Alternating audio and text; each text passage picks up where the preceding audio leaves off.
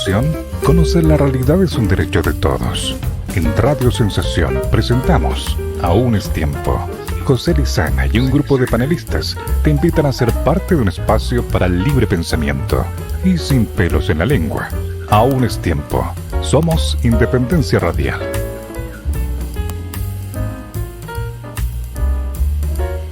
Muy buenas tardes, señoras y señores, bienvenidos y bienvenidas a un nuevo capítulo de esto que se llama Aún es tiempo.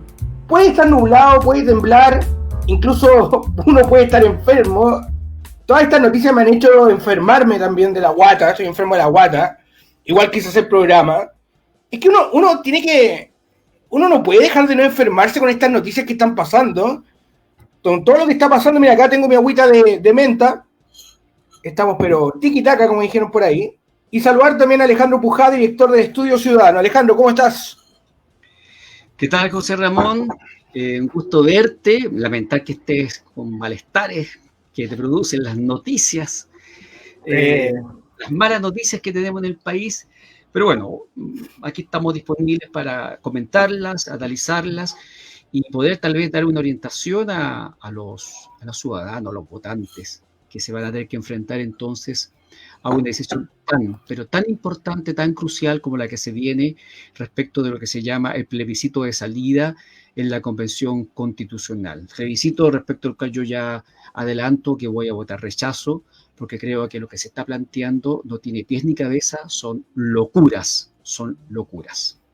Exactamente, hay una nebulosa de propuestas también, propuestas que no me dejan de llamar la atención, obviamente. El tema de eliminar los poderes del Estado, eso es como, no sé cómo llamarlo, es como, y ahí se me viene a la mente el término refundar Chile. ¿Cuántas veces no escuchamos ese término refundar Chile? Entonces ahora hay algunos que no me parecería raro que dijeran que en Chile tenemos que tener un rey. Tenemos que tener un rey en Chile, la monarquía chilense. Los parientes de Pedro de Valdivia, no sé dónde buscarán, pero es un tema que está pasando, la verdad, y a mí no me deja preocupar. Hoy día también vamos a estar conversando con Mario Gas, que debe estar a punto de conectarse. Vamos a pasar algunas noticias de lo que ha ocurrido en esta semana. Una es la propuesta de nuevo régimen político en la Convención Constitucional. Errores del primer bosquejo. ¿A quién dijo? No hay ningún error. No, mira, aquí está Mario también. Saludar a Mario Gas, que se conecta con nosotros. Mario, ¿qué tal? ¿Cómo estás? Bien, ¿y tú cómo estás? Gusto saludarte, José. Mario, te escucho mi voz doblado, así que si te puedes ponerte audífonos, sí. Así que hoy ya, ahí vamos a ver, ahora vamos, ahí habla Mario. Ahora sí, Mario. Perfecto, Mario. Le doy la bienvenida a Mario Gas, también a Alejandro Pujá. Hoy día se llegó a nublar, señoras y señores, por todas las noticias que están pasando en la Convención Constitucional. O sea, a mí no me sorprendería un cataclismo.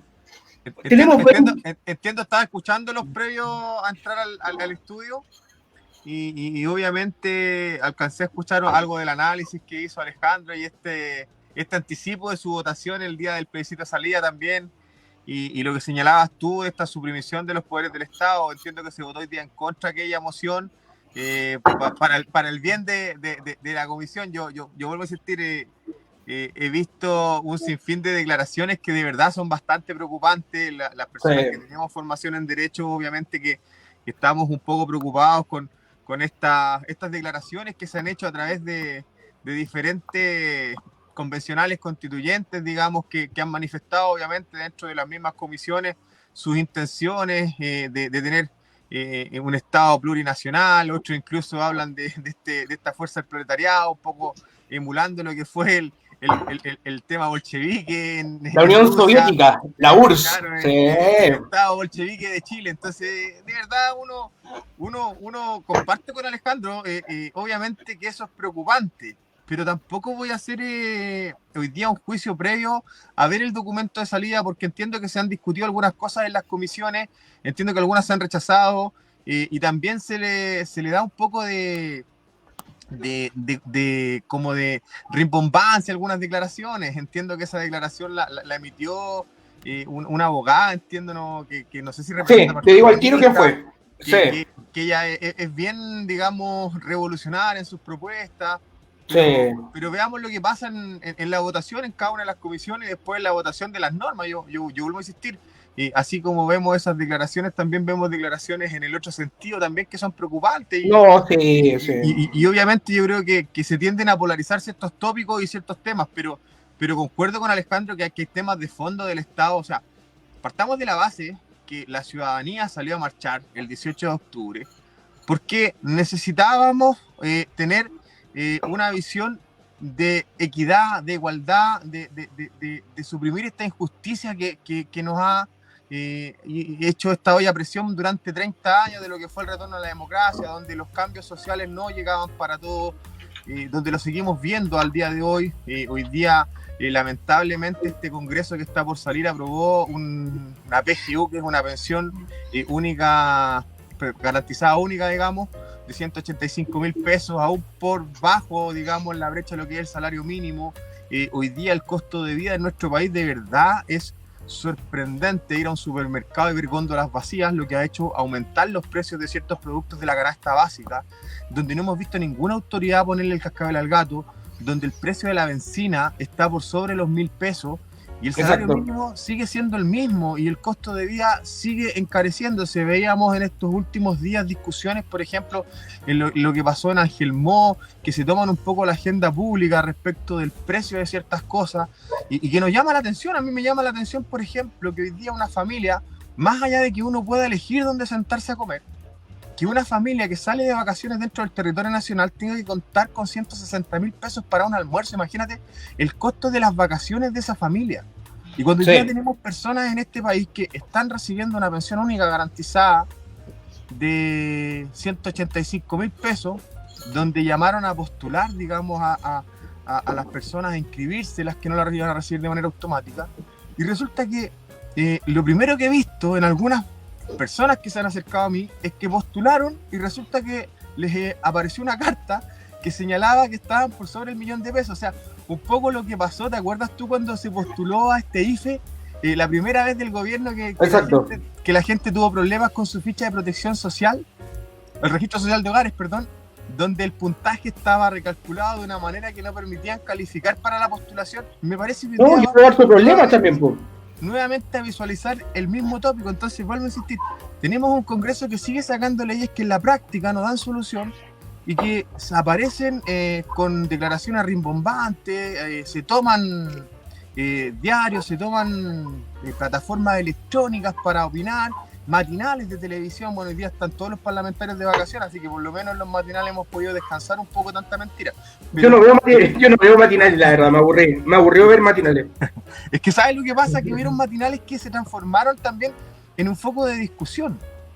La discusión que uno hubiese gustado ver en el Congreso, que nadie sigue el canal de la Cámara, porque fome, la discusión parlamentaria, se transformó en algo agradable para la ciudadanía, porque en algunos matinales, específicamente en el matinal de Chilevisión, no recuerdo el nombre, donde aparece Julio César Rodríguez, quien de manera incipiente, creo yo, logró muchas veces incluso destrabar discusiones que ni siquiera en el mismo Congreso habían sido capaces de destrabar ellos mismos como parlamentarios activos. Exactamente. Bueno, llegué con todo porque estuve en un receso y llegué hablando como loro. Te pido las disculpas. No, está bien, Mario. Está bien porque están pasando cosas. Es verdad lo que dice Mario, y luego pasó Alejandro también. Ayer compré, mira, les voy a describir lo que compré en el kiosco vecino. Compré un jugo Néctar grande. ¿Ya? Compré 5 torrejas de jamón ahumado, queso y unas galletas Tritón. ¿Cuánto me salió? 7.500 pesos. O sea, el país está caro, las soluciones no dan abasto. Y yo le pregunto a Alejandro, luego de este análisis, que bien comparto también en algunos aspectos con Mario, ¿qué es lo que está pasando con las personas hoy en día?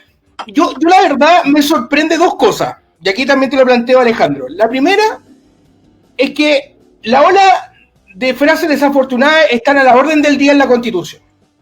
En la constituyente, mejor dicho.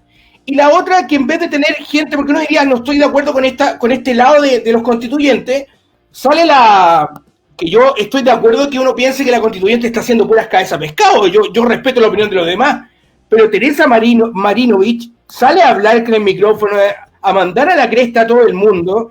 O sea, tú no te puedes rebajar ese nivel tampoco. O sea, por último, haz una crítica limpia. Yo creo que, y para más encima las que estaban al lado de ella, creo que es la señora Katy Montealegre y la otra constituyente de la UDI, que no recuerdo su nombre ahora, se ríen, avalan lo que dice. A lo mejor es verdad que las cuestiones no están funcionando como uno quisiera, pero no podés sumarte a estas declaraciones desafortunadas. No sé qué piensa usted, Alejandro.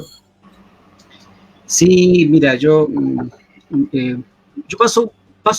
paso de largo por muchas cosas realmente. Una de ellas fue ese incidente, aunque uno no vea los canales de televisión tradicionales, yo que no veo televisión CNN hace un montón de años, fui una persona que se alegró mucho cuando llegó CNN a Chile. Perfecto. Pude conocer a algunos ejecutivos, periodistas que incluso algunos se mantienen todavía en el canal. Y he lamentado mucho la evolución que tuvo CNN, de ser un canal que vendía objetividad, pluralismo, a ser un canal que en definitiva tiene unas posiciones a ratos casi extremas, excesivas, y que no aporta entonces a un debate serio. Entonces todos los extremos siempre son reprochables, y admirando mucho a Teresa Marinovich, yo la admiro porque en realidad tiene un carácter enorme, hay que tener mucha paciencia, mucha energía para estar ahí, para haberse propuesto, llegar hasta el final, en fin. Entonces ese tipo de expresiones no le hacen bien al debate. Más aún, y aquí cualquier persona que tenga experiencia en técnicas de debate sabrá que no hay que echar a perder cuando vas ganando. O sea, estamos hablando, básicamente digo yo, es que como en el tenis, los convencionales, especialmente de la centroizquierda, han cometido tantos errores forzados que no tiene la derecha ni que la centro derecha esforzarse mucho para que este buque se hunda solo. Entonces, este tipo de expresiones, como la de Teresa Marinovich, generan una distracción enorme que no le hace para nada bien a los debates de fondo. Entonces, por supuesto que coincidir contigo en el sentido de que no es bueno este tipo de expresiones. Y, obviamente, concentrarnos en cuestiones más de fondo, como por ejemplo la información que compartimos hoy día a la tarde en nuestro chat interno de Aún es Tiempo, y que la tengo acá a la vista, vinculado con una cuestión que es súper importante, donde sí, los medios y los ciudadanos deberíamos estar involucrados, que es esta idea de que una de las 77 iniciativas populares que ingresaron por la plataforma que creó la convención y que obtuvo más de 15.000 votos, y por lo tanto debía ser analizada, y que proponía mantener el bicameralismo, ha sido rechazado. Y, ojo, fue rechazado por solamente un voto de diferencia. Nada, chepo. Eso también te habla de que... 2-13 parece que fue. Claro, es una propuesta seria, que yo personalmente comparto. Yo soy totalmente contrario a la idea de la unicameralidad, menos a la idea de la convencional Rivera, de esta especie de Duma soviética, que es una cosa que, como decía Mario delante, una serie de conceptos añejos. Uno no sabe si llorar, si reírse. Y yo me enfermé la guata, imagínate, yo me enfermé la guata, con todo eso te digo. Por eso, José Ramón, tómatelo con humor mejor, porque si no vas a terminar con úlcera. O sea, son cosas tan añejas, impresentables. O sea, y mira, quiero llamar la atención sobre la información de prensa, porque se vota en contra de esta iniciativa popular de ley por un voto, lo cual obviamente no habla bien de la posibilidad de llegar a consensos, porque se supone que los consensos son con 2/3. Cuando algo es rechazado por un voto, entonces uno se queda pensando de que la idea tal vez no era tan mala, o tal vez no era tan buena, como tú quieras mirarlo. Exacto. Pero más adelante dicen en la información que el problema no es la bicameralidad, sino que el exceso de parlamentarios. Entonces, a mí me parece que eso es una incongruencia muy grande, porque si mi voto en contra de la idea de mantener la bicameralidad en el Congreso Nacional es porque hay demasiados parlamentarios, entonces un parlamentario, un diputado legislador con cierto nivel de experiencia votaría a favor de la idea de legislar. Y luego se introducen entonces las mociones, los cambios, para, por ejemplo, reducir la cantidad de parlamentarios, que parece que es algo que se ha hecho patente el último tiempo. Lo conversamos en un programa anterior contigo y otros invitados, de que si antes nos quejábamos, por ejemplo, de que teníamos parlamentarios de menos del 5%, o sea, elegidos con menos del 5% de la votación. Bueno, en las últimas elecciones rompimos el récord de tener 4 parlamentarios con menos del 1% de votación. No, y acá en la región también, pues. Aquí en la región tenemos una. Entonces, si nos queremos poner a hablar en serio, no podemos... Mario se ríe, ¿sabe quién está hablando? ¿Ah? Sí, claro. No podemos decirle que no a la mantención de la bicameralidad con el argumento de que tenemos demasiados parlamentarios. O sea, es un debate eso, la verdad. Sí. ¿Por qué la bicameralidad? Y con esto termino este punto. Porque se requiere una segunda reflexión, se requiere una revisión. Se dice, mira, es que los proyectos se demoran mucho, entonces con una sola cámara saldría más rápido. ¿Por qué? ¿Cuál es la razón de eso? No, y pero que hay proyectos que están dormidos también, pues. Los proyectos se demoran sencillamente porque no son de interés de los parlamentarios. Código de Agua, 10 años. Ley de divorcio, 10 años. Y así, muchas. Yo quedé sorprendido, caballeros, cuando estos días se promulga la ley que va a atacar el comercio ilegal. 11 años, discúlpenme, pero yo toda la vida he sabido que no se puede trabajar sin patente. Toda la vida he sabido que hay que pagar impuestos de iniciación de actividades. Toda la vida se ha sabido que no se deben vender productos piratas. Entonces, a ver, si la ley requería una mejora para que Carabineros, investigaciones, los fiscalizadores de impuestos internos, los fiscalizadores municipales, tuviesen más y mejores herramientas para luchar contra el comercio ilegal, que tiene una serie de externalidades negativas, yo creo que 11 años no es mucho tiempo necesario para hacer este tipo de cambios. Entonces, no es un tema de que hayan 2 cámaras, es un tema de que no te interesa sencillamente legislar sobre esta materia. Y la respuesta está en que cuando los señores parlamentarios han tenido problemas que los afectan a ellos, las leyes se han hecho en 24 horas, en 3 días, en una semana a más tardar. Totalmente de acuerdo, Alejandro. Un vasito de agua, discúlpenme. No hay problema. Es un tema, el tema de la doble cámara, porque uno se pregunta, está bien, podemos eliminar la Cámara, el Senado en este caso, pero ¿cuáles son las ventajas y desventajas también? Supuestamente el Senado es como el papá, el hermano mayor que le dice al hermano menor, oye, algo está pasando acá, oye, veamos el proyecto, oye, pero la verdad, a mí, mira, yo soy de las personas que cree, Mario, que hay mucho parlamentario, la verdad. No podéis tener 3 senadores en una región, para mi parecer. Primero porque es un exceso, podríamos ahorrar en dinero para otros proyectos. Yo era de la apuesta de tener 2 senadores por región y como era antiguamente. Pero yo te pregunto a ti, tu opinión principalmente, ¿sería bueno eliminar la Cámara, o sea, el Senado en este caso? ¿Qué ganaríamos con ganar porque como bien lo dice Alejandro, si queremos reducir la plana de los diputados, la plana de los senadores, es cosa que rebajemos el número nomás. Porque tiene que haber una opinión, yo creo que siempre tiene que haber una opinión dividida, no sé cómo lo verás tú. Es que el tema pasa, creo yo, y tomando un poco de lo que hablaba Alejandro, y principalmente respecto a estas leyes que han dormido por años en el Congreso.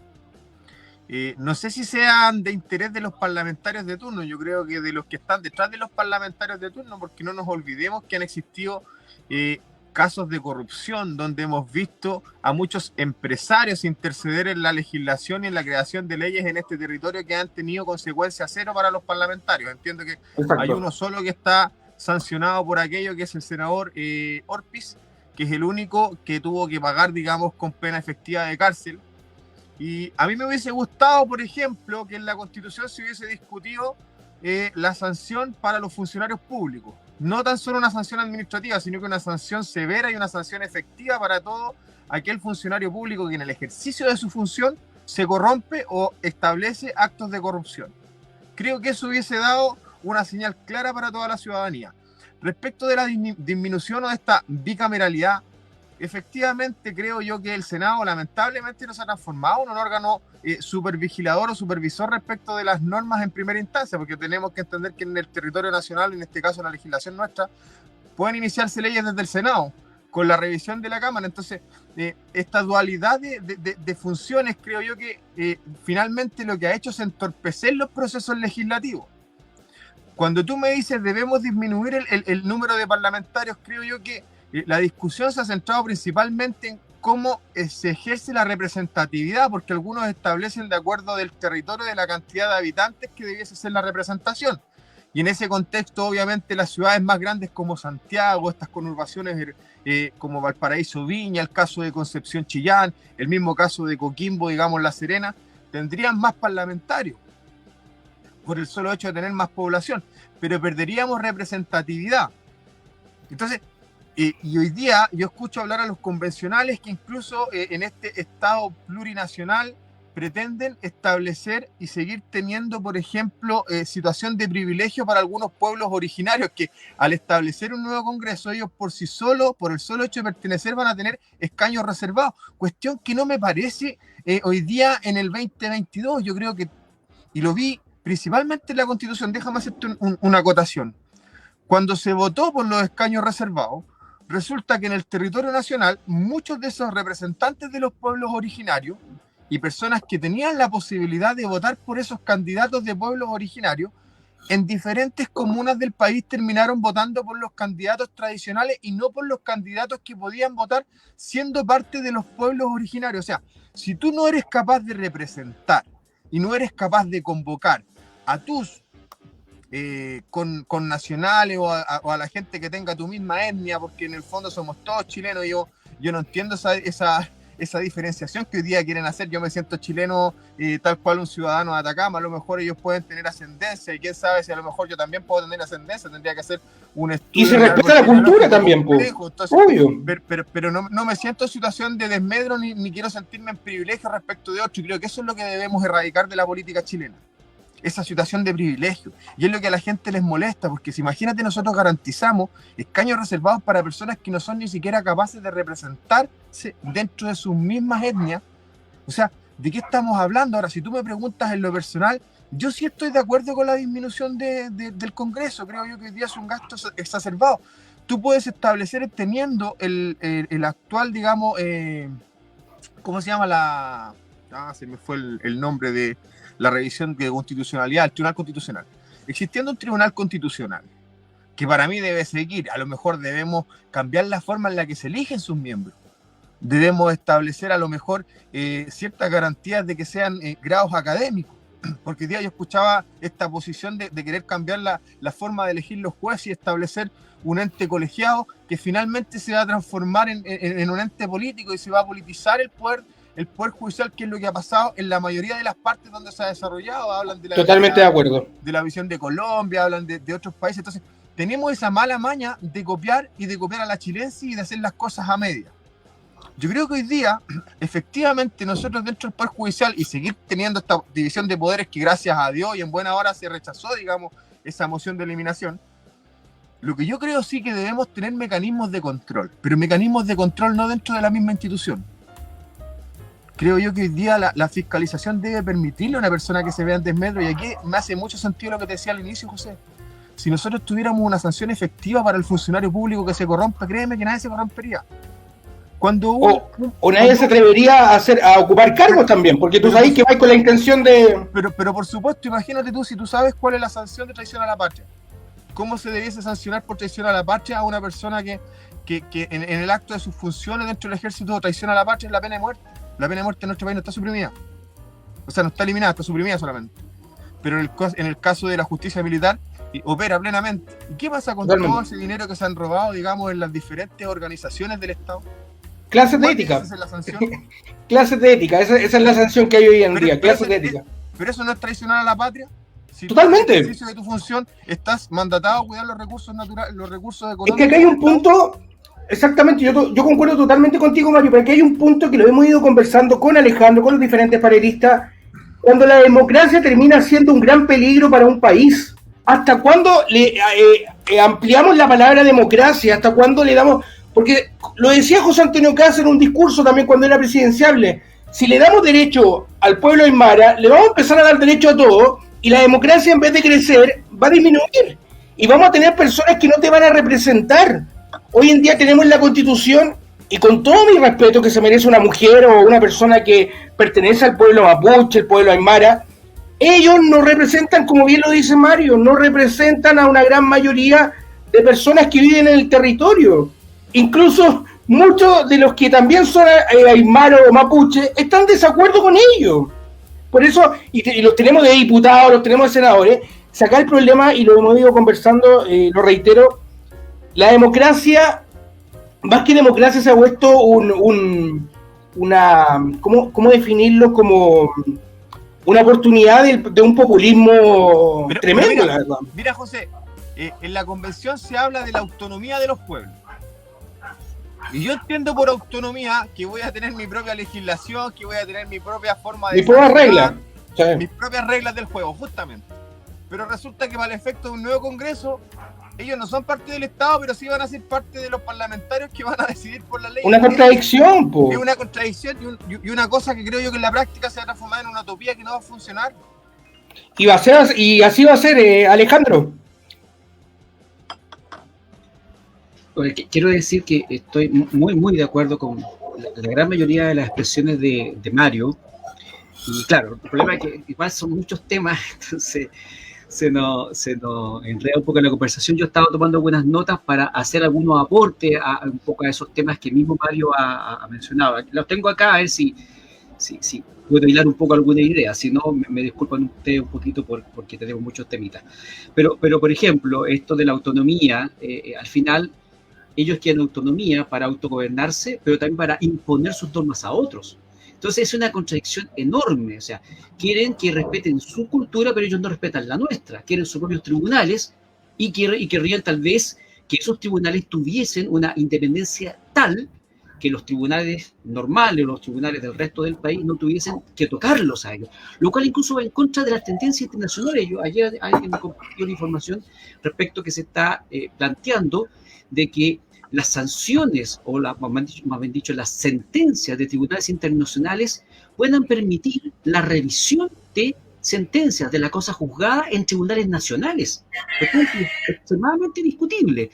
Yo puedo entender, hoy día en el actual sistema internacional de derechos humanos, que si un chileno, por ejemplo, agota las instancias nacionales por la exigencia de un derecho y termina en la Corte Interamericana, lo que se está discutiendo ahí es la responsabilidad internacional del país. Si el país se equivocó en una sentencia, esa sentencia no podrá ser revocada porque hay un tema también de seguridad jurídica.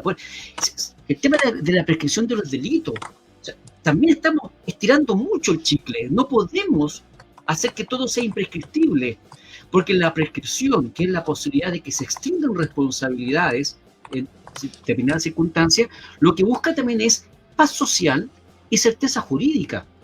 Entonces, imagínense, si Chile es condenado a un tribunal internacional, bueno, tendrá que llevarse adelante una serie de medidas reparatorias, por ejemplo. Muchas veces se obliga al país a que cambie la legislación, pero lo pasado ya está pasado. Entonces, aquí todo se quiere revisar. Mire, yo soy hijo, mi abuelo paterno es un italiano que llegó a Chile arrancando de ¿cómo se llama? De este dictador italiano Mussolini. Mi padre es auténtico italiano. Perdón, mi abuelo es auténtico italiano. A mí no se me ha cruzado nunca por la cabeza, habiendo normas, ir a pararme a la Fontana de Trevi, Italia, o a Roma, a exigir derechos ancestrales por mi abuelo, porque por algo existe el Estado de Derecho. Existe el Estado de Derecho, existe el derecho de propiedad. No podemos retrotraer las cosas 500 años atrás. Y es más, si los mapuches tampoco son originarios, pues discúlpenme, eso está estudiado incluso por la ciencia. Tal vez los que tendrían que venir a reclamarnos nuestro territorio son los vikingos, que estuvieron 1500, 2000 años antes. Entonces estamos llegando a un nivel de barbaridad, de falta de reflexión enorme, y eso nos va a hacer un tremendo daño. Mario mencionó el tema del Tribunal Constitucional. Yo también soy partidario de que se mantenga. ¿Y de qué hay que mejorarlo? Claro que hay que mejorarlo. No puede ser, o sea, algunos dicen que sí es posible que exista una integración paritaria. No me refiero a paritaria de sexo, sino que a que la cantidad de ministros son pares, lo cual genera un problema porque cuando hay empate en las votaciones, entonces el que decide por un solo voto es el presidente. Lo acabo de decir a propósito del rechazo de la propuesta popular de bicameralidad, que se rechaza una idea tan importante por un voto, no le da legitimidad. Entonces, hay que buscar mecanismos donde las decisiones sean de tal envergadura y de tal fundamentación que a la gran mayoría no le quepa duda de que se está tomando la decisión correcta. Y ojo, tampoco se trata de las dictaduras de la mayoría y menos de las dictaduras de las minorías, como lo que está pasando en este momento. Un verdadero sistema de protección democrático es aquel que, respetando las mayorías, que en lo posible tienen que ser lo menos circunstanciales posibles, o sea, que sean mayorías más permanentes en el tiempo, de ahí la importancia de los quórums más altos, de ahí la importancia del 2/3, y no del 60%, no del 50+1. Un sistema que proteja también debe hacerse cargo, por supuesto, de las minorías, porque la diversidad, la pluralidad es parte de la riqueza de los pueblos, pero no puede entonces la mayoría circunstancial aplastar a las minorías, y no pueden las minorías, argumentando derechos ancestrales, discúlpenme señores que se los diga, derechos extinguidos, no pueden argumentar una superioridad moral, ética o de no sé de qué naturaleza para pretender imponernos a todos los demás, que somos fruto de la evolución, del desarrollo de los países, de los cambios históricos, geopolíticos, por último del resultado de las batallas. No pueden venir a imponernos una realidad que ocurrió hace 500, hace 1000 o hace 2000 años. Si no, entonces no agarramos la mecha. Todo, porque todos tendríamos, tal como decía Mario, un ascendiente que llegó antes que el otro, Sí, que pasado, un exacto. y todos tendríamos argumentos. Por eso, amigos que nos escuchan, por eso existe la institución de la prescripción.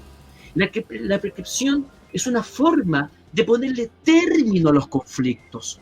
Porque si no le ponemos término a los conflictos alguna vez en el tiempo, entonces, ¿qué es lo que se atienta? La seguridad, la certeza jurídica y la paz social. Y eso es lo que ha estado pasando con esta convención, que lo que busca, lamentablemente, en muchos convencionales, lo único que hace es reciclar, hacer renacer conflictos que ya deberían estar superados. Los verdaderos indígenas, los verdaderos mapuche, quieren al país. Exactamente. Estudian. Por favor, miremos la experiencia de otros países, los maoríes en Nueva Zelanda, en Australia, en fin, cómo se han logrado integrar, cómo hoy día son parte de la sociedad y se les respeta su cultura, hacen sus, lo vimos, los caballeros, si lo vimos en el Mundial de Fútbol, todos esos jaca, esas cosas que... Disculpa, ¿sabes lo que me llama la atención, Alejandro? Y concuerdo plenamente contigo, es que diferentes historiadores establecieron que nunca el pueblo mapuche fue una etnia organizada, nunca tuvieron una nación como tal. Ellos formaban diferentes clanes y eso lo dice la historia, y algunos nos gustan mucho de Villalobos, otros sí nos gusta Villalobos, y cada cual respeta la historia y la ve. Otros se quedan con Jorge Baravit nomás.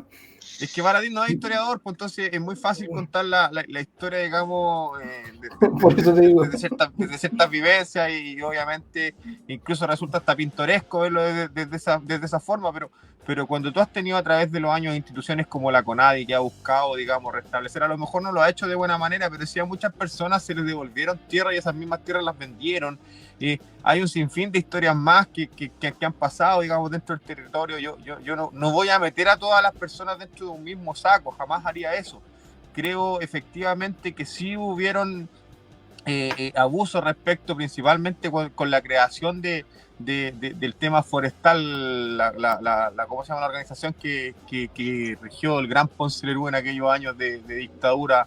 Que principalmente se apropió de mucha tierra, digamos, en esa zona, y eso es así, hay documentos que eso lo señalan de esa manera, y hoy día sigue siendo el gran tema el negocio de las forestales. Creo yo que han destruido gran parte del territorio, digamos, las industrias forestales que han talado de manera...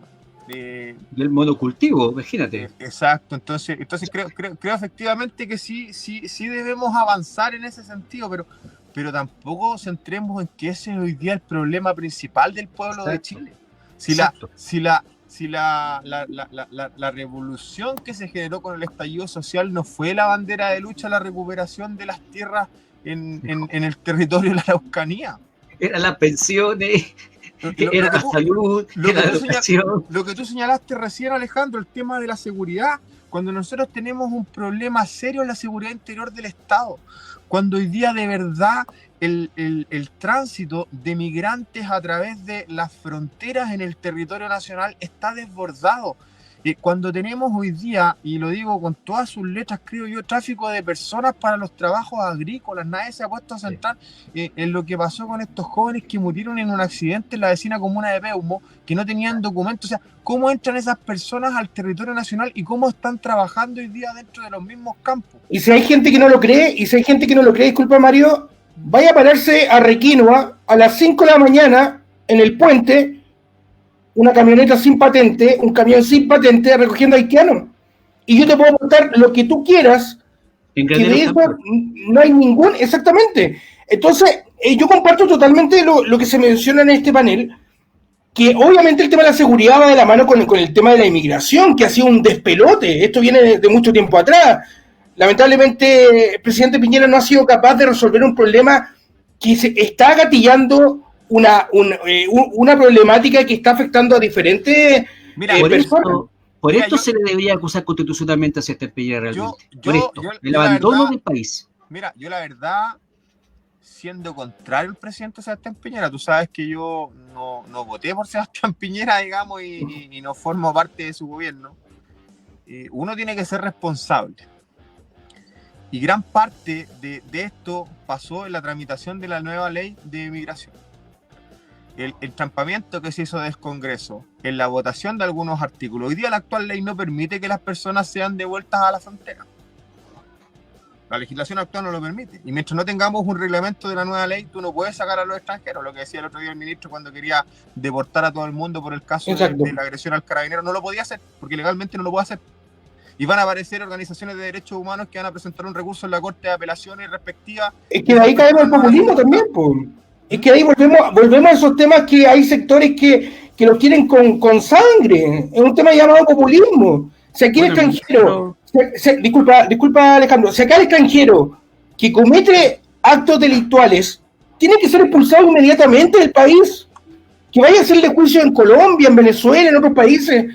Es una cuestión, la verdad, que a mí no me deja sorprender. Yo, viviendo en Santiago Centro, lo pienso 2 veces antes de ir a caminar por la cuadra. Imagínate. No te queda otra. El ministro Delgado le recordó, entre otros, a Boris y a varios parlamentarios que habían votado en el sentido que está mencionando Mario. O sea, si tenemos un legislador que pone ese tipo de trabas, entonces, ¿qué hacemos? Y luego los tribunales, se acusan a los tribunales de que son pro inmigrantes. Bueno, los tribunales tienen que interpretar la ley de acuerdo con lo que corresponda. Y habitualmente estas legislaciones además son muy legislaciones protectoras. Por lo tanto, y los tribunales en general, además por haber firmado Chile y suscrito muchos tratados internacionales, en fin, deben muchas veces fallar a favor de la mayor amplitud posible respecto de proteger a las personas, los derechos fundamentales. Yo solamente quería terminar 2 puntos que quedaron antes de lo que estaba diciendo, a propósito del Tribunal Constitucional. Yo siempre he planteado de que el Tribunal Constitucional debiera, en su integración, bueno, por una parte lo dijimos, que sea impar, para ayudar a facilitar un poco las decisiones, ¿ah? Y lo otro, que los integrantes no sean solamente abogados. Y tenemos una experiencia muy buena, a mi parecer, en Chile, ya en el Tribunal de Defensa de la Libre Competencia, y tengo entendido también que en el Tribunal Ambiental, donde los ministros no son todos abogados. En el caso del Tribunal de Libre Competencia, que lo conozco más, hay economistas en el tribunal. Entonces permite, además, estamos hablando de ley de competencia, estamos hablando de temas que son complejísimos. Recuerdo, por ejemplo, unos temas de la otra vez cuando se discutían el tema de las tarifas, hace varios años, ¿sí? De la telefonía, y era muy complejo, muy técnico, y después el tema pasaba, porque los fallos del Tribunal de Competencia se pueden recurrir ante la Corte Suprema, o sea, de un recurso de reclamación. Entonces, la Corte Suprema corta. Entonces, muchos se preguntaban, entre ellos yo, cómo la Corte Suprema podía ponderar, si eran todos abogados, en la Corte, los integrantes de la Corte Suprema, una serie de materias técnicas, de la cual muchas veces no tenían idea. Entonces, y no tenían por qué saberlo tampoco.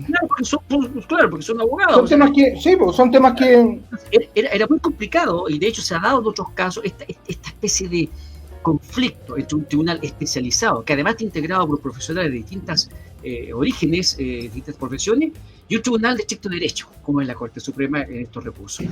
Y en el caso de la Corte Suprema en particular, el mismo convencional Mauricio Daza, lo encuentro un poco neurótico, pero el otro día decía algo que es muy interesante, que es un tema que muchos lo hemos apuntado. No puede ser que se mantenga algo que era una cuestión temporal como permanente. Estoy hablando de la institución de los abogados integrantes.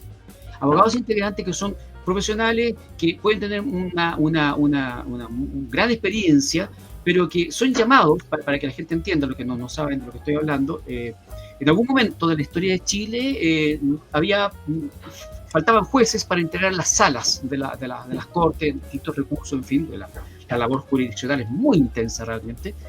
Y entonces se le ocurrió a los jueces, porque no había más presupuesto, en fin, de parte del gobierno central, en fin, siempre el tira y afloja, hacen más plata, en fin, no hay plata.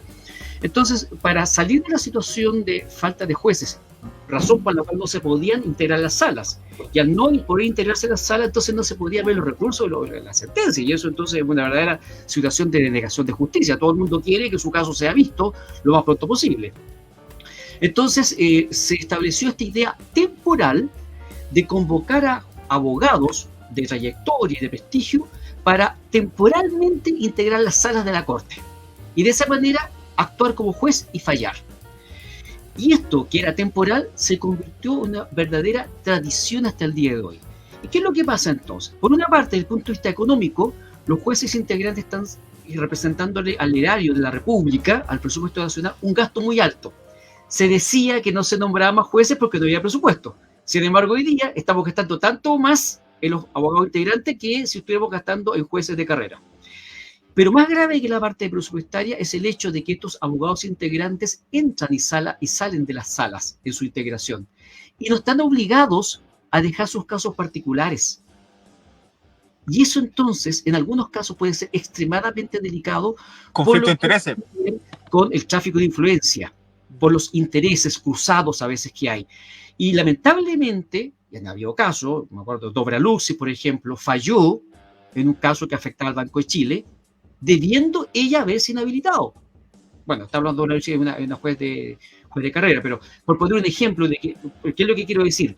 Que las normas de implicancia y de recusación que están en el Código Orgánico de Tribunales y en el Código de Procedimiento Civil también, no han sido suficientes para que los jueces, y menos los abogados integrantes, se abstengan de participar en ciertas situaciones, en ciertas integraciones de sala donde podrían tener tráfico de influencia o intereses. Entonces, yo soy partidario de que una vez por todas se acabe con los abogados integrantes. Y finalmente, respecto de la cantidad de parlamentarios y de sus atribuciones, y yo tampoco estoy seguro de reducirlos, con franqueza. De hecho, hablando con algunos amigos que saben bastante de esto, me decían de que incluso por el crecimiento de la población, hasta habría que aumentar la cantidad parlamentaria, lo cual que uno dice, con lo que tenemos es como que es suficiente. Sin embargo, yo creo que sí tenemos que avanzar en eliminar definitivamente el sistema de Hunt, que así como está siendo aplicado en Chile, está generando esto de parlamentarios del 5%, parlamentarios del 1%, lo cual me parece que es una tergiversación de la voluntad popular. O parlamentarios de arrastre también, de los arrastres, de una gran votación sale otro. Exacto, el arrastre. Tú tienes un 1% y arrastrado por otro parlamentario y definaste ese conglomerado político o ese partido tiene 2 parlamentarios, pero tienes a uno de 1%. El caso de Lenin Arroyo, en el caso del Consejo Regional, que al final él tenía mucho más votación que la otra candidata, que tenía menos, pero se integró esta idea del arrastre también, y Lenin Arroyo quedó fuera, y sin embargo tuvo que recurrir al Tribunal Calificado de Elecciones, y él entonces pudo ser nombrado consejero regional, porque se impuso esta idea de que salen los más votados. Entonces yo creo que para mejorar, quedémonos tal vez con la cantidad de parlamentarios que hay hoy día. No estoy tan seguro de reducirlos, igual como lo plantea Mario, pero sí a mí me gustaría mucho que revisáramos el sistema electoral, este sistema de arrastre que tiene este tipo de perversidades que no le hacen bien al país desde el punto de vista de la representación. Bueno, algunas noticias también, por ejemplo, disculpa Mario, el presidente electo Gabriel Boric salió a la discusión de una norma presentada al interior de lo que estábamos conversando con respecto a la declaración de la constituyente María Magdalena Rivera, que presentó una norma que busca eliminar los 3 poderes del Estado y reemplazarlos con una asamblea plurinacional de las y de los trabajadores y de los pueblos, una idea que está más obsoleta que, la verdad, a mí, yo no sé qué país tiene esto, la verdad, tendría que hacer un trabajo, creo que ninguno, pero Boric respaldó la crítica a la propuesta que buscaba esta constituyente, que es que hay cosas que, mira, yo la verdad, creo que, y quiero ser quiero tratar de ser respetuoso con lo que voy a decir, está bien rayar la papa, pero no todo el día. O sea, ya rayar la papa en una ideología que de verdad, no sé, a mí me causa mucho ruido su declaración, porque después tú le preguntas a estos personajes, perfecto, cambiamos todo, ¿por qué lo cambiamos? Y te dan ejemplos muy similares a nuestro país, que no se aplica nada de lo que ellos están predicando, y volví a la misma, estos gallos no saben nada. Mario, ¿tú querías comentar algo? Sí, solo clarificar que yo no vi la reducción del Congreso, Alejandro. Lo que yo dije era eliminar la bicameralidad. Yo creo que eso implicaría aumentar, digamos, el número de diputados, obviamente. Sí, te escuché bien, que no estabas de acuerdo con reducir los parlamentarios. Yo tampoco, no estoy seguro de que sea. Sí, yo creo que se van a aumentar. O sea, si se elimina el Senado, digamos, va a tener obligatoriamente que aumentarse. Ahora, lo que a mí me hubiese gustado, por ejemplo, dentro de las propuestas, es que se hubiese eliminado el actual sistema electoral, pero no de votación de elección, sino que de campaña. Creo yo que ahí las diferencias, seguimos viendo, digamos, candidatos que se gastan una millonada por sobre el presupuesto que se establece. Yo lo vi en la última campaña y me gustaría ver esas declaraciones, porque tienen que acotarse un presupuesto, y creo yo que gastaron más de ese presupuesto y seguimos viendo este mismo vicio. Segundo, creo yo que hay candidatos que derechamente no están preparados para los cargos. Me gustaría, no sé si establecer una prueba previa, porque de verdad uno lo escucha en sus opiniones y ni siquiera conoce las atribuciones. Te van a acusar de discriminador, Mario. No, pero es que de verdad llega a ser irrisorio, gente que habla cosas que ni siquiera están dentro de sus atribuciones, y llama la atención porque van a enfrentarse a un juramento el 11 de marzo y realmente no saben ni para qué fueron elegidos. Y seguimos viendo, digamos, hoy día lo que resultó respecto de esto, y creo que también ahí falta un poco más de educación cívica. Debemos seguir fomentando espacios de discusión para que la gente también vaya conociendo cuáles son las funciones de sus autoridades, y dejemos de que la gente siga votando por el populismo. Mucha gente votó en la última elección por el candidato que le ofreció el 10%, algunos incluso lo pusieron en sus carteles que eran el candidato al 10%, y resulta que hoy día, cuando se está discutiendo un quinto retiro, donde obviamente todos los expertos dicen que no tiene que ser así, pero esos candidatos lo prometieron y la gente hoy día lo está llamando a la pizarra y no van a poder cumplir. Lo mismo que pasó hoy día con esta expectativa de la venta de gas. Los municipios no fueron creados para desarrollar emprendimiento. Pero si yo eso lo dije hace mucho tiempo atrás en un espacio, no tenía pie ni cabeza.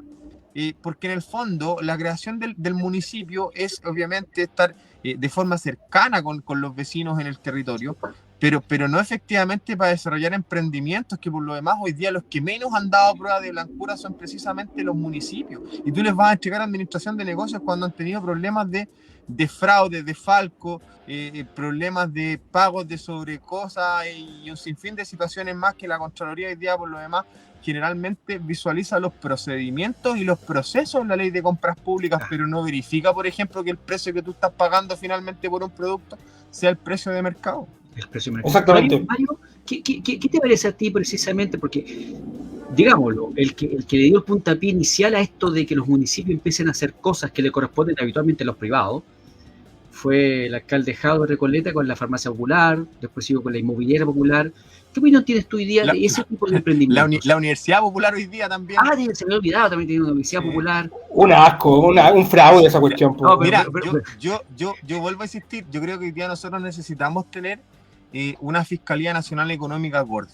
Yo creo que ahí parte, y cuando tú ves, por ejemplo, investigaciones como lo que te señalaba hoy día del financiamiento ilegal de la política, donde vimos un solo parlamentario sancionado. Cuando conocimos los correos respecto de la tramitación de la ley de pesca, y no vimos a ningún sancionado. Cuando la olla pasó piola.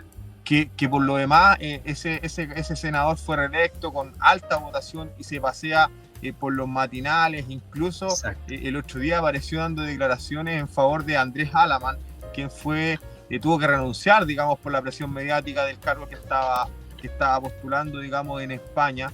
y aparece ese mismo senador del raspado de la olla respaldándolo cuando él... Digámoslo, Iván Moreira, para que la gente no... Sí, no. Entonces, obviamente que de verdad la gente se sigue desencantando de la política, porque hoy día en Chile prácticamente, como decimos habitualmente en el campo, no le sale ni por curado. Claro. O sea, hoy día de verdad nosotros vemos un sinfín de investigaciones más. El mismo caso de las tragamonedas, murió. Esa investigación nunca supimos qué pasó. Senador Pizarro y su mujer. Y no tan solo el senador Pizarro, había un diputado de este distrito sancionado. Eso no lo sabía. Salieron mencionados en declaración. Entonces, ¿y qué pasó con esas investigaciones? Oye, acá hay algo súper curioso. Yo comparto y lo viví en carne propia. La gente, cuando tú vayas a hacer campaña, yo como candidato a concejal también, me tocó hacer campañas obviamente por mi candidatura. No, que nosotros no queremos nada con Juanito Pérez no pasa nada. Llegaba Juanito Pérez y la gente lo abrazaba, la gente sacaba fotos. La gente me decía, no, nosotros en esta feria no entra Diego Schalper. En esta feria no va a entrar Diego Schalper, lo vamos a sacar con tomatazo, con todo. Llegó Diego Schalper, la gente abrazada, don Diego, ¿cómo ha estado? Entonces, yo aprendí en ese entonces, porque yo empecé a leer lo que la gente obviamente transmitía y lo que pensaba en verdad. La gente critica, en elecciones son todos malos. Pero ¿cuánto de tiempo tuvimos, con todo respeto, a Jesús de Nazaret como senador de la sexta región? Estoy hablando de Juan Pablo Letelier. ¿Cuánto tiempo estuvo criticado? Hubieron cosas raras. Sí, y la gente lo seguía votando. Y la gente lo seguía alabando. El rey de las reuniones de los adultos mayores. Usted lo veía a los adultos mayores disfrutando, pues, animador. Es la definición básica del votante chileno. Entonces, ahora, lo que tú señalas, José, respecto, por ejemplo, de la votación puntual de Diego. Diego mantiene la votación de su primera elección. ¿Cuál es la diferencia? Que la votación de la derecha dura, digamos, yo creo que mucha gente de la UDI que vota habitualmente por los candidatos en esta oportunidad, votó por el candidato de Renovación Nacional, mi opinión personal, creo yo, porque fue el que más defendió el modelo y los postulados, incluso más que los mismos candidatos de la UDI. Entonces yo creo que eso también le valió la reelección y yo, si hay algo que le admiro a él, es su consecuencia, porque él, a pesar de que lo apedrearon, de que le tiraron monedas, el tipo es consecuente con su pensamiento. Podría estar de acuerdo o no, pero el tipo es consecuente. Eso es verdad. Y bueno, él y el Partido Republicano, que representa precisamente los sectores más derecha, no quiero decir extremo, porque tampoco yo pienso que el Partido Republicano sea tan extremo. Hay gente extrema del Partido Republicano, como hay extremo en todos lados. Pero efectivamente, Mario, como tú dices, la gente o un porcentaje del electorado valora y premia esa consecuencia que uno quisiera verla más extendida en el ámbito político. Solamente quisiera hacer un aporte delante, porque has dicho 2 veces, Mario, algo que no estoy seguro si está en lo correcto, que en las normas de corrupción, creo recordar, porque creo haberlo visto por ahí, Mario, que a propósito justamente de todo este festival de las boletas ideológicamente falsas, se incorporó una reforma al Código Penal y se mejoró, se aumentó las sanciones para los funcionarios públicos. ¿Por qué te lo digo? Porque yo tuve que hacer una investigación porque pensé en estimular una querella contra privados, en un caso que no voy a contar porque ya pasó ya, y estuve revisando el Código Penal y efectivamente pude ver que había habido unas reformas recientes. Entonces, quizás ya eso que tú deseas de que haya más sanciones para los funcionarios públicos, tal vez ya es ley. Lo que pasa es que, como tú sabemos, lo que tengo claro, Alejandro, y que me recuerdo, no fue precisamente en el Código Penal, fue que se estableció sanción penal para los delitos del tema de cohecho y fue en las figuras de la ley de votaciones y escrutinio para el tema de la propaganda electoral. Ya, pero eso creo que modificó también el Código Penal de algunas cosas. Sí, que esas fueron modificadas, digamos, dentro de la figura puntual para el tema del financiamiento ilegal de las campañas. Pero finalmente, y obviamente, el ente fiscalizador no da abasto que esta fiscalización que tienen que hacer los ciudadanos por la página de las denuncias y finalmente eso se termina resolviendo y las sanciones quedan en nada. Si el parlamentario es electo, créeme que le pasa menos. Y en ese contexto, obviamente que yo vuelvo a insistir, mi visualización tendería a cambiar la forma de hacer campaña. Creo yo que la única forma en que pudiésemos tener candidaturas, digamos, de discusión y es que la gente tuviera que acceder a una plataforma única y que no se pudiera hacer campaña publicitaria ni en medios digitales ni en espacios públicos. O sea, tú estás refiriéndote, claro, tú estás refiriendo más entonces más al tema de las campañas, ya que yo lo tomé más por el lado de los delitos de corrupción en términos generales. O sea, tú estás más preocupado del caso, por ejemplo, cuando hablas de la institución, para que la gente que nos está escuchando, tú estás refiriendo al CERVEL, a la incapacidad del CERVEL, Servicio Electoral, para poder hacer seguimiento, y claro, o sea, no cabe duda de que hay mucha campaña que se hace y que ni siquiera se rinde, y por lo tanto la incapacidad del CERVEL es latente. Sí, perfecto, ya me queda claro entonces a qué te refería, porque sí, es que yo fui candidato en la última elección y créeme que uno se sorprende con la cantidad de publicidad y de propaganda que sacan algunos candidatos, y lo digo de verdad, yo me encontraba con un candidato que dejaba 4 bolsas de estas por casa. Claro, y los regalos y todo tipo de premios está totalmente prohibido.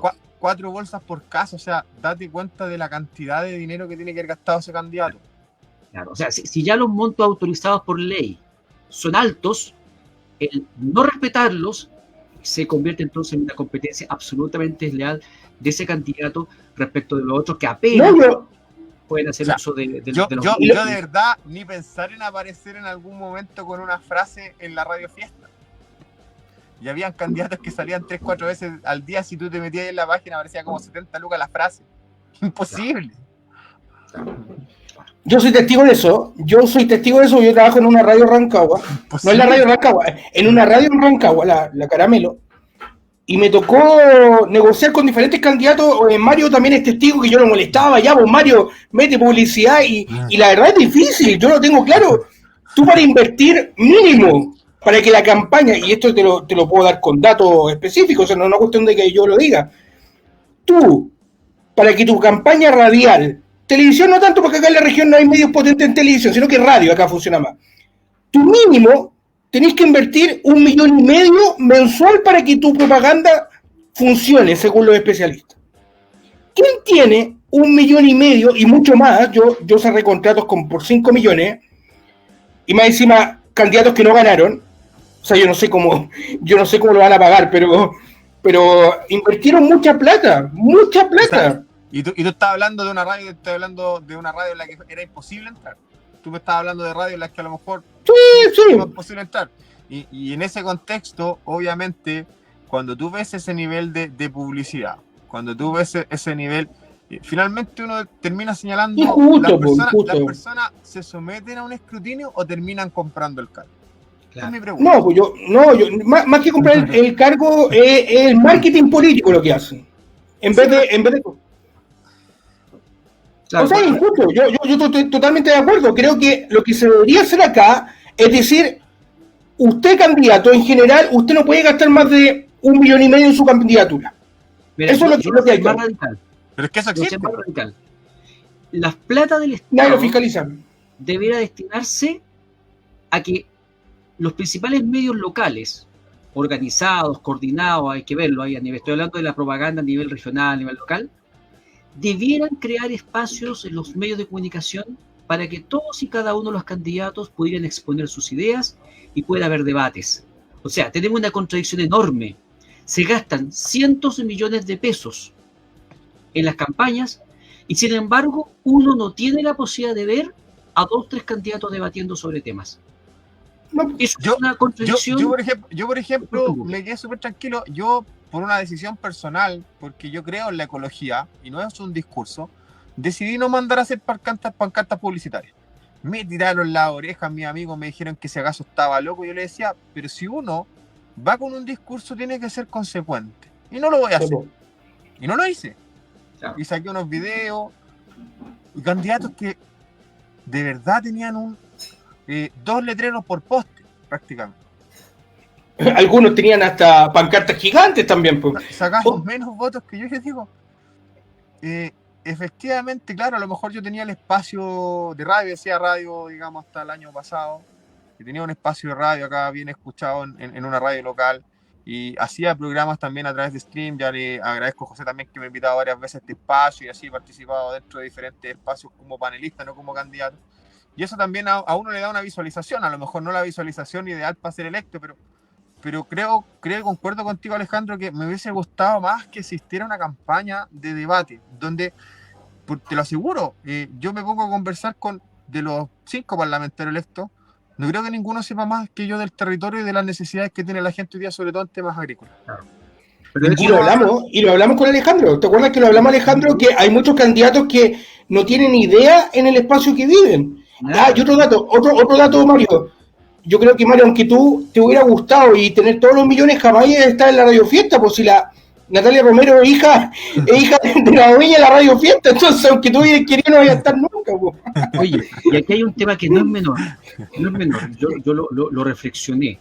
No personalicemos que es la Natalia y toda la historia. No, buena onda, dije buena onda, no, sí, lo dije en buena onda, sí, yo tengo buena relación con Natalia.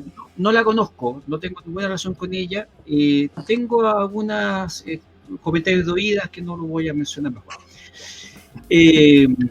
Estamos hablando de concesiones radiales. Ustedes saben que el espectro radial es un bien nacional, igual que el agua. Dato para los que dicen que hay que nacionalizar el agua y toda esa chipuchina. Concesionable, y hoy día yo te hago una pregunta de antes que termine, porque sé para dónde va. Pregúntate cuántas concesiones están a nombre de una sola persona en este territorio y quiénes han defendido ese negocio. No, por supuesto, es que a eso, vaya voy, o sea, a ver, ¿cuál es el objetivo que debiese cumplir fundamentalmente? ¿Qué es lo que busca el Estado cuando concesiona el espectro radial, el espectro televisivo? Quiero que quede claro, estoy extremadamente lejos del consejo de medios, esa idea brutal que estaban planteando en la convención. No, totalmente lejos de eso. No, y acá los medios también son independientes, no es lo mismo estar, por ejemplo, hablando... Es que ahí está, porque, José Ramón, ¿son independientes realmente? O sea, mira, lo que pasa es que los medios, aquí te voy a dar mi lectura como periodista, lo que pasa en Santiago, por ejemplo, en la capital, que hay grupos de medios. Por ejemplo, tenía el grupo de las 40 principales, que tiene un grupo, una concesionaria, como bien lo dices tú. Está el grupo de Mega, que Mega contrata Iberoamericana, Prisa, Mega, exactamente. Acá en Rancagua, generalmente los medios, lo que no significa que tengan compromiso con grandes empresas, que eso es diferente. Pero sí, por ejemplo, analicemos todos los medios. Tú analizas 4 medios. Radio Rancagua, su dueño, Coco Romero. Radio Fiesta, ¿Qué vínculo tiene con Natalia, por favor, que se sepa? ¿Cómo? ¿Qué vínculo tiene con Natalia Romero? Papá de Natalia Romero. Es importante que se sepa. No, sí, es claridad. Radio Fiesta... No todos lo saben, José Ramón, por eso que yo me interesa que sí, los que están escuchando sepan de qué estamos hablando. Papá de Natalia Romero. Radio Fiesta, la señora Digital Guía, mamá de Natalia Romero. Radio Caramelo es una concesión de un empresario que se llama Fernando... Mira, no, ni me sé el nombre de mi jefe, lo viste una pura vez mío. Fernando Castro. Castro Llanesa. Exactamente. ¿Quién otra radio? Bienvenida, no tengo idea de quién es la Bienvenida. Señor de apellido Ramírez, hace un montón de años. Ramírez, exactamente. Entonces, pero eso no quita, y yo quiero dejarlo acá súper claro, eso no quita que las radios coqueteen con las empresas, po. Eso no quita nada. Pero yo te hago una pregunta. De todos los diales que existen hoy día disponibles en la región de O'Higgins, tú como periodista, te convino a que vayas y pidas la información en la Subtel de a quién están entregadas esas concesiones en la región de O'Higgins. Debería estar en la página Subtel. Debería estar en la página. Y te vas a topar con muchos nombres repetidos. Pero mira... Y tenemos medios de comunicación de familias que son históricas. Por ejemplo, lo voy a decir con todas sus letras, la radio en la que yo trabajaba, Radio Gente, de la familia Bamondes y Contreras, ellos no son dueños del dial y tienen que arrendárselo a un tercero. Sí, po. ¿Y por qué tienen que arrendárselo a un tercero pudiendo postular a la Subtel directamente y ser dueños de la concesión? Porque los cupos están asegurados. ¿Y cuántas concesiones tiene ese tercero? ¿Y por qué los parlamentarios nunca le han puesto el cascabel al gato? Porque les ponen publicidad gratis. Porque tienen porque tienen llegada, po. Porque esta cuestión es un negocio. Yo pregunto. No, yo te lo cuento, Mario. Hay muchos, y te lo cuento porque lo viví. Hay muchos candidatos, muchos parlamentarios que tienen compromiso con la radio. Es más, Radio Rancagua no recibe a ningún parlamentario de derecha solamente si es campaña. Con eso te doy el dato. Ya, pero aquí quería apuntar, o sea, ustedes están tocando un tema que me interesa también, pero yo iba a apuntar un tema anterior al que estamos tocando, que es el siguiente. Se supone que los objetivos del Estado cuando entrega estas concesiones es que estas empresas privadas, que son todas empresas privadas, tanto que se demonizan los privados, Sí. en fin, cumplan algún rol público-social. Y ese rol público-social yo no lo veo que se cumpla. Porque si no se le paga a la radio para que haga algo, no lo hace. Estoy hablando, por ejemplo, del derecho a la información. Aquí hay radios famosísimas, como la misma Radio Rancagua, que no tiene departamento de prensa. No, Son fanas de ser una de las radios más antiguas de Chile y no tiene departamento de prensa. son los mismos locutores que cumplen esa función. A veces, y a veces. Que leen el rancagüino o el tipógrafo o los radios o otros medios locales. Estos medios no tienen espacios como se le obliga, por ejemplo, a los canales nacionales, así como hay una franja política que podemos discutir si es buena, si es mala, si se reparte bien el tiempo o no, totalmente discutible. Yo estoy llano a que lo conversemos, pero por lo menos tenemos una franja política en televisión. No se obliga a los medios radiales locales de región a que haya franja radial. No se obliga a los canales locales a hacerlo. Debería obligársele. ¿Por qué? Porque ese espectro de televisión y de radio es propiedad de todos nosotros. Caballeros, yo no digo nunca que los medios lucren y que por lo leen con la empresa y todo lo demás. Esa parte de su negocio tiene que funcionar. Pero hay una obligación ética, moral, que es informar con nosotros, porque nosotros, los ciudadanos, somos dueños de ese espectro radioeléctrico. Y lo menos que yo espero de una radio local es que cuando hay un incendio a las 2 de la mañana y está, discúlpenme la expresión, está la cagada de un lugar, resulta que yo tengo que poner un canal de Santiago para enterarme de lo que está pasando quizá a 2 cuadras de mi casa. ¿Por qué? Porque los medios locales, porque los directores locales son unos apretados que además, y esto hay que decirlo también, administran las radios pésimo. Pésimo. Yo conozco casos de radio con deudas de todo tipo, partiendo por las laborales, partiendo por deudas previsionales. Hay una radio famosa acá, no quiero caer ni en calumnia ni quiero agarrarme con nadie, pero averigüen, hay una radio que ha cambiado 2-3 veces de razón social, de RUT, para evadir sus obligaciones previsionales. ¿Y cómo lo hace para mantener la concesión? Porque la concesión se le entrega al RUT, a la personalidad jurídica, ojo ahí. Estaría claro. a lo mejor estaría incumpliendo y se le podría quitar esa concesión. Muy buen punto, muy buen punto. Entonces, estamos hablando de gente que además ha tenido monopolios y radio antigua, que podrían ser tremendas radios. Yo he estado en Radio de Santiago, he estado en la agricultura, he estado en la Biobío, he estado en CNN y conozco sus estudios. A mí me dan pena las radios de acá.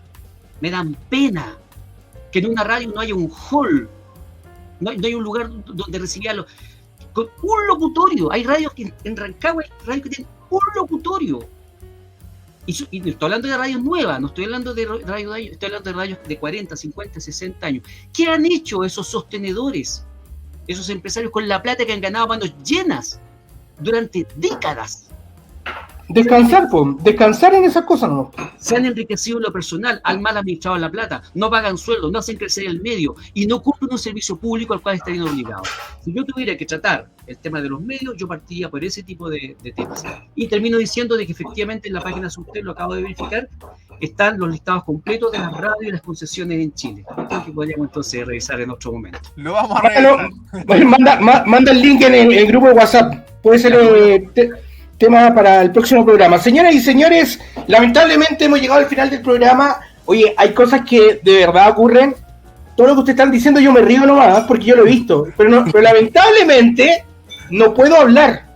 Como periodista no puedo hablar porque Por eso Yo lo digo yo, José Ramón, para que no tengas problemas. No, porque es un tema que... Mira, imagínate. Trabajé Radio Rancagua, hice mi práctica, toda la buena onda, porque me pusieron un 7 en la práctica de locutor. Ya. Bien. Bueno, respeto a... Trabajé en Radio Fiesta más de 5 años también, entreteniendo a los jóvenes y todo eso. Ahora estoy trabajando en la Caramelo, que vuelvo el lunes, porque estoy de vacaciones, supuestamente. O sea, estoy de vacaciones, vuelvo el lunes. Supuestamente. Avisado el lunes. Supuestamente. No, el lunes vuelvo. El lunes vuelvo. No, sí, me tomé vacaciones. Me dijeron si me quería tomar una semana y dije sí, y eso. Entonces, todo lo que ustedes me están diciendo, yo lo sé, pues. No lo dijiste, pero lo pensaste. Eso mismo. No, pero bien, mira, yo tomo las palabras de Alejandro. Oye, y yo solo contar una cosa, que mi Dile, tema no era contra la candidata, en ningún momento. Yo lo dije. No, sí quedó claro. Del espacio que para mí era muy costoso, o sea, Sí, se entendió. Y de verdad era irrisorio poder pagar esas cantidades, y creo que si bien los precios se publicaron en su oportunidad, creo que eso hay que unificarlo, y eso de verdad tiene que ser organizado para las próximas elecciones. Lamentablemente con el Congreso que se acaba de elegir lo veo más que imposible que se legisle en esa tónica. Bueno, 21 horas con 8 minutos, hemos llegado al final del programa. No, pero el punto tuyo, Mario, quedó súper claro. Es la crítica hacia la publicidad, que a veces es inalcanzable para diferentes candidatos, y eso se tiene que obviamente modificar, porque vamos a seguir teniendo una desigualdad en las diferentes campañas políticas a futuro. Un abrazo para todas las radios regionales, y un punto que me llamó la atención, lo que dijo Alejandro. Radio Rancagua, si no me equivoco, es la segunda más antigua de Chile, o ahora es la primera. Hay una radio antes, no tengo el dato ahora. Ellos siempre dicen que son de las más antiguas. La más antigua de Chile, Radio Rancagua. La Radio Rancagua, sí, y este es un dato que se lo mando al Coco Romero, con mucho cariño, porque Coco conmigo, yo nunca tuve un problema con el Coco. Es una gran persona, Jorge Romero, no tengo nada. Me entretuvo mucho, especialmente cuando se metía al estudio y hablaba política espectacular. Radio Rancagua, si hubiera querido, yo no sé quién es los responsables, hubiera sido la Bio de Rancagua. Pero si eso estoy apuntando, pues, José Ramón.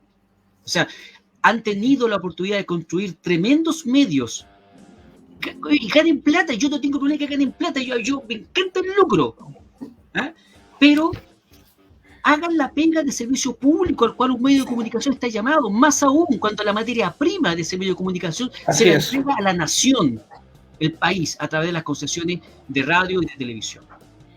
Oye, titular de mañana, Alejandro Pujá, me encanta el lucro. Titular para mañana, ojo con eso. Oye, está bien. Mira, tema para otro programa, sí. Programa. Pero Alejandro, dale. No solamente a propósito del lucro, yo soy un contrario a la demonización del lucro. Si todo el mundo trabaja por algo, trabaja para su familia. Mira, mientras el servicio sea bueno y de calidad, claro, yo tampoco discuto con que las personas tengan el derecho a ganar. El tema es cuando se transforma en usura. No sé, pues cuando tú ves, por ejemplo, que las licitaciones del Estado, tú ves a empresas que licitan, no sé, una construcción por 1.000 millones de pesos y a mitad de camino quedan cortas y tienen que pedir nuevos financiamientos. O sea, si postulaste con un presupuesto, ¿por qué no fuiste capaz de ejecutarlo? Lo que pasó, por ejemplo, en la calle Rancagua, que todavía está botada ahí y está sin terminar. Exacto.